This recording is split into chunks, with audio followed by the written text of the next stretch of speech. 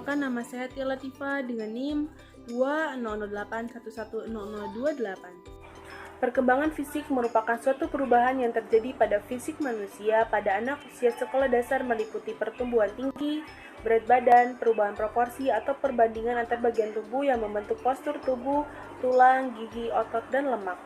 Adapun yang dimaksud dengan peserta didik adalah anggota masyarakat yang berusaha mengembangkan dirinya melalui proses pendidikan pada jalur, jenjang, dan jenis pendidikan tertentu. Sedangkan perkembangan motorik merupakan perkembangan dari unsur kematangan dan pengendalian gerakan tubuh yang erat kaitannya dengan perkembangan pusat motorik di otak. Perkembangan motorik adalah perkembangan gerakan jasmaniah melalui kegiatan pusat saraf, urat, saraf, dan otot. Perkembangan motorik sejalan dengan bertambahnya usia, secara bertahap dan berkesinambungan di mana gerakan individu meningkat dari keadaan tidak terorganisasi menjadi penguasaan keterampilan yang kompleks dan terorganisir dengan baik.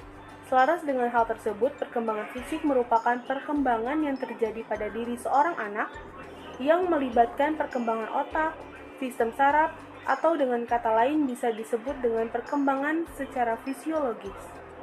Anak dengan umur yang sama tidak berarti mempunyai pertumbuhan dan perkembangan fisik atau biologis yang sama. Pun anak perempuan dan anak laki-laki juga tidak berarti mempunyai pertumbuhan dan perkembangan fisik yang sama. Perkembangan fisik ini mencakup aspek-aspek sebagai berikut. Yang pertama, perkembangan anatomis ditunjukkan dengan adanya perubahan kuantitatif pada struktur tulang belulang, indeks tinggi dan berat badan, kemudian proporsi tinggi. Yang kedua, perkembangan fisiologis ditandai dengan adanya perubahan-perubahan secara kuantitatif, kualitatif, dan fungsional dari sistem-sistem kerja hayati, seperti kontraksi otot, peredaran darah, pernapasan, persarafan, seleksi, kelenjar, dan pencernaan. Faktor internal yang pertama, sifat jasmania yang diwariskan dari orang tuanya. Yang kedua, kematangan secara sepintas pertumbuhan fisik meskipun anak sudah diberikan makanan dengan gizi yang tinggi, tetapi apabila kematangan belum sampai, pertumbuhan akan tertunda. Kemudian faktor eksternal, yang pertama kesehatan, anak yang sakit-sakitan pertumbuhan fisik akan terhambat. Kemudian makanan, anak yang kurang gizi pertumbuhan fisiknya akan terhambat. Sebaliknya yang cukup gizi pertumbuhannya akan pesat. Yang ketiga, stimulasi lingkungan. Individu yang tubuhnya sering dilatih untuk meningkatkan percepatan pertumbuhan akan berbeda dengan yang tidak pernah mendapatkan pelatihan. Adapun perkembangan dan ciri-ciri fisik anak usia sekolah dasar. Kenaikan berat badan cenderung hanya sedikit, 2,7 kg per tahun adalah wajar. Tinggi badan meningkat kurang lebih 6,25 cm per tahun. Pertumbuhan fisik berlangsung pelan dan stabil. Postur tubuh semakin tegak. Tingkat energi datang dan pergi, naik turun antara kesemburan energi dan jeda kelelahan. Terkena penyakit flu dan penyakit ringan lainnya. Bola mata terus berubah ukurannya. Warna rambut sering menjadi lebih gelap. Gigi bayi tarsus digantikan dengan gigi permanen. Fase atau usia sekolah dasar ditandai dengan gerak atau aktivitas motorik yang lincah. Oleh karena itu, usia ini merupakan masa yang ideal untuk belajar keterampilan yang berkaitan dengan motorik, baik halus maupun kasar. Maka sekolah perlu memfasilitasi perkembangan motorik secara fungsional tersebut, seperti melatih keterampilan senam dan lain sebagainya. Perkembangan fisik yang normal atau tidak cacat merupakan salah satu faktor penentu kelancaran proses belajar, baik dalam bidang pengetahuan maupun keterampilan. Perkembangan motorik ini sangat mendasar bagi belajar keterampilan. Oleh karena itu, kematangan perkembangan motorik sangat menunjang keberhasilan peserta didik pada masa usia sekolah dasar. Kematangan perkembangan motorik ini pada umumnya telah dicapainya, oleh karena itu mereka sudah siap menerima pelajaran keterampilan. Perkenalkan, nama saya Firda Aulia Rahma dengan NIM 200811030. Akan memaparkan materi mengenai yang pertama, perkembangan pada masa anak sekolah dasar dari aspek kognitif. Perkembangan kognitif merupakan kemampuan seseorang untuk berpikir lebih kompleks dalam melakukan penalaran dan pemecahan masalah. Sebagai contohnya, peserta didik yang memiliki perkembangan kognitif yang baik diharapkan mampu memahami nilai dan aturan sosial, memiliki penalaran moral yang baik, dan mampu menggunakan bahasa secara tepat dan efisien. Perkembangan kognitif anak sekolah dasar tidak hanya dilihat dari kemampuan menghafal atau prestasi akademis mata, tetapi juga dari kemampuan berpikir kritis, fokus, memproses informasi, menganalisa, memecahkan masalah, serta memahami konsep sebab dan akibat. Ciri-ciri perkembangan kognitif peserta didik usia sekolah dasar dapat dilihat dari berbagai perkembangan yang dibuatnya di sekolah maupun di lingkungan rumah. Oleh karena itu, peran orang tua dan guru sangat penting dalam mengetahui ciri-ciri perkembangan kognitif peserta didik usia sekolah dasar, baik itu di sekolah maupun di rumah. Walaupun kemampuan kognitif setiap anak berbeda, secara umum ada tonggak perkembangan yang akan dicapai dalam rentang usia tertentu, yaitu pada saat kelas 1 atau sekitar usia 6-7 tahun. Di tahun pertama sekolah, anak akan mulai banyak menjelajahi dunia sekitarnya untuk meningkatkan pemahamannya akan berbagai konsep. Kemudian pada kelas 2 dan 3 sekitar usia 7-9 tahun ditandai dengan kemampuan menyelesaikan masalah dan berpikir kritis yang meningkat pesat. Pada saat kelas 4 dan 5 atau sekitar 9-11 tahun di usia ini, anak mulai mengembangkan kemampuan baru untuk mengambil kesimpulan dan mengerjakan tugas rumit yang membutuhkan kemampuan menarik kesimpulan. Dan pada saat kelas 6 atau sekitar usia 11-12 tahun menjelang akhir sekolah dasar, umumnya ukuran otak anak sudah sempurna, tapi kemampuan kognitifnya masih akan terus berkembang. Anak sudah lebih mahir dalam berpikir logis, berpikir abstrak, dan memecahkan masalah, tapi kendali diri dan kemampuan pengaturannya masih belum matang. Orang tua mungkin mengabaikan beberapa perilaku tersebut karena berpikir bahwa itu terjadi karena adanya perubahan mood anak usia sekolah. Perilakunya yang tidak boleh diabaikan menurut Center for Disease and Control and Prevention pada tahun 2014 adalah yang pertama, perilaku antisosial atau ketidakmampuan untuk berhubungan dengan teman sebaya atau masuk ke dalam kelompok sebaya. Yang kedua, kesulitan untuk terlibat dalam tugas akademik. Yang ketiga, perilaku berlebihan. Dan yang keempat, depresi yang berlebihan. Sangat penting untuk mengenali perilaku mengganggu orang lain seperti mendengarkan musik dengan keras, berbicara berulang-ulang, dan perilaku murung. Kita juga perlu memperhatikan perilaku anak yang cenderung aneh seperti depresi, antisosial, dan pengambilan resiko yang berbahaya. Mengetahui ciri-ciri perkembangan kognitif peserta didik usia sekolah dasar adalah tanggung jawab bersama antara orang tua dan guru di sekolah. Selanjutnya, perkembangan pada masa anak sekolah dasar dari aspek psikososial. Perkembangan psikososial merupakan perubahan dan stabilitas dalam emosi, kepribadian, dan hubungan sosial yang dapat mempengaruhi fungsi kognitif dan fisik.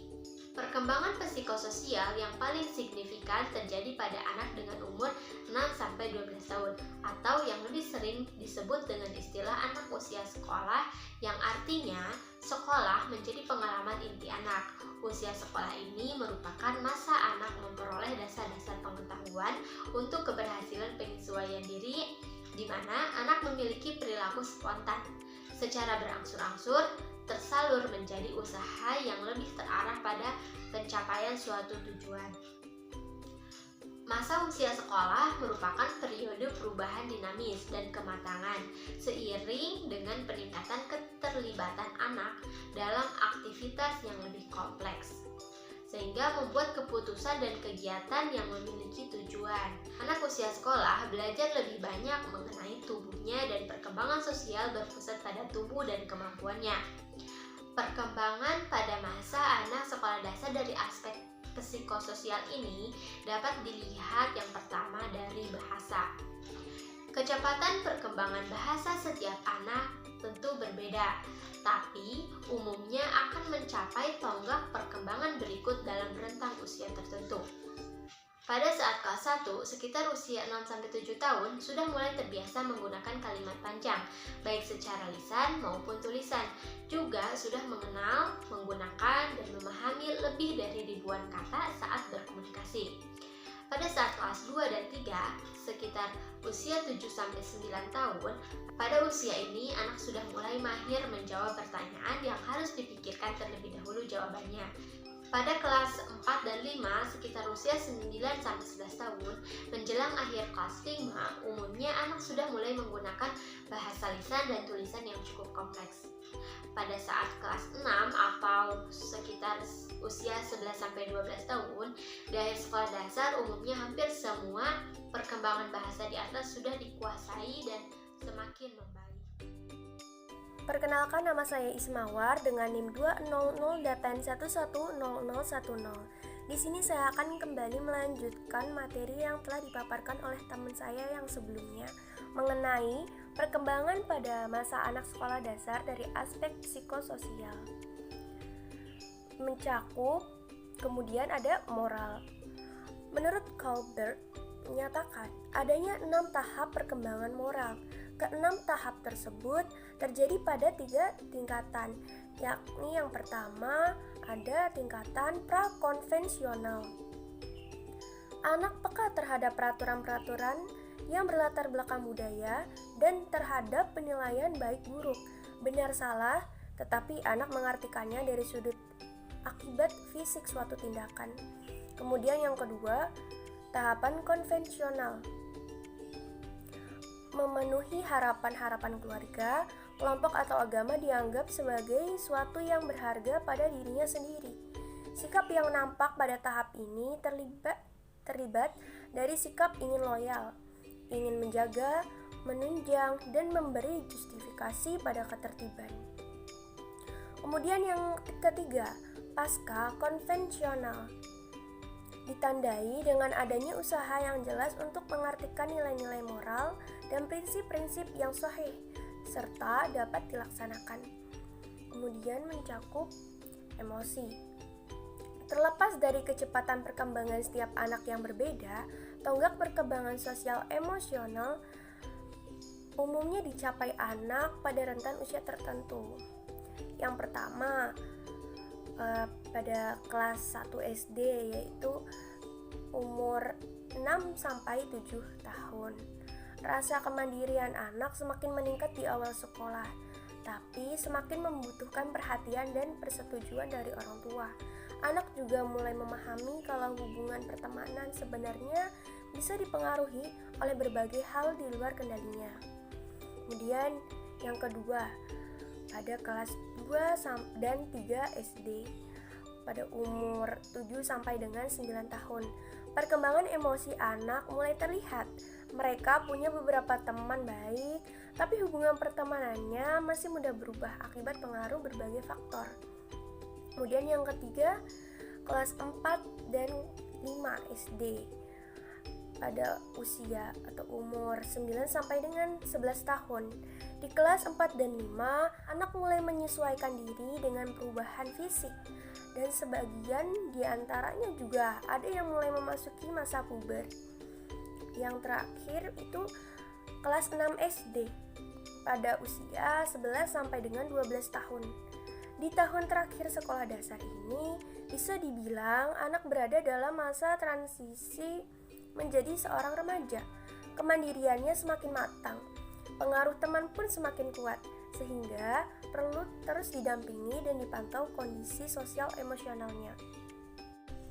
Lalu mencakup aspek sosial. Yang pertama, perkembangan sosial anak pada usia 6 tahun. Kemampuan sosialnya sudah mampu mengambil sisi baik dari hubungannya dengan orang terdekat. Anak bisa merasakan keamanan dan kenyamanan di dalam hangatnya keluarga dan teman-temannya di rumah maupun di sekolah. Kemudian yang kedua, perkembangan sosial anak pada usia 7 tahun. Meski sebenarnya si kecil masih suka bermain dengan teman-teman sebayanya, ada kalanya ia juga menikmati saat menghabiskan waktu sendirian. Anak bisa menghabiskan waktu sendiri dengan bermain, membaca buku, maupun melakukan kegiatan lain yang ia senangi. Yang ketiga, perkembangan sosial usia 8 tahun. Sebagai fase perkembangan sosial saat anak merasa senang bila menjadi bagian dari sebuah kelompok sosial. Secara umum, di perkembangan anak usia 8 tahun, kini ia senang menikmati proses belajarnya di sekolah dan waktu saat ia bermain dengan teman-teman sebayanya. Keempat, perkembangan sosial anak usia 9 tahun. Menurut C.S. Mount Children's Hospital, pada perkembangan anak usia 9 tahun ini, emosi anak cenderung sudah lebih labil ketimbang usia sebelumnya. Anak biasanya masih mengalami perubahan suasana hati, tetapi frekuensi terjadinya tidak sesering sebelumnya di perkembangan sosial masa ini. Selain itu, perkembangan sosial yang baik juga membuat anak mampu menangani konflik dengan teman-temannya. Kemudian ada aspek kepribadian. Terlepas dari kebiasaan usia masa kanak-kanak yang dikatakan jika anak wajib selalu diperhatikan atau dibimbing oleh orang tuanya, maka pada masa pendidikan sekolah dasar ini, para orang tua tentu turut mengajarkan pada anaknya mengenai kemandirian. Mungkin sikap manja atau egois masih melekat dalam dirinya. Tentang apapun yang diinginkan harus terpenuhi, atau dapat dikatakan masih terbawa dengan suasana saat masih berada pada masa sekolah taman kanak-kanak.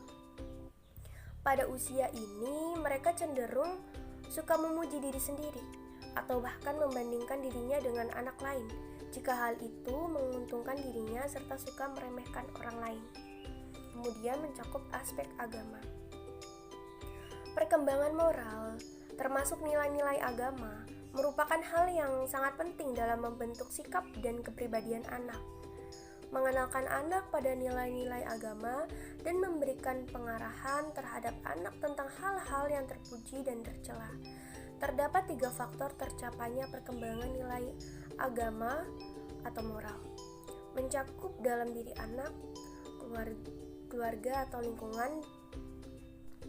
Konsep ajaran Islam menegaskan bahwa hakikatnya jin dan manusia adalah untuk menjadi pengabdi yang setia kepada penciptanya. Terdapat dalam Al-Quran, surat Az-Zariyat ayat 56 yang berbunyi, Bismillahirrahmanirrahim. Wa ma khalaqtul jinna wal insa illa liya'budun.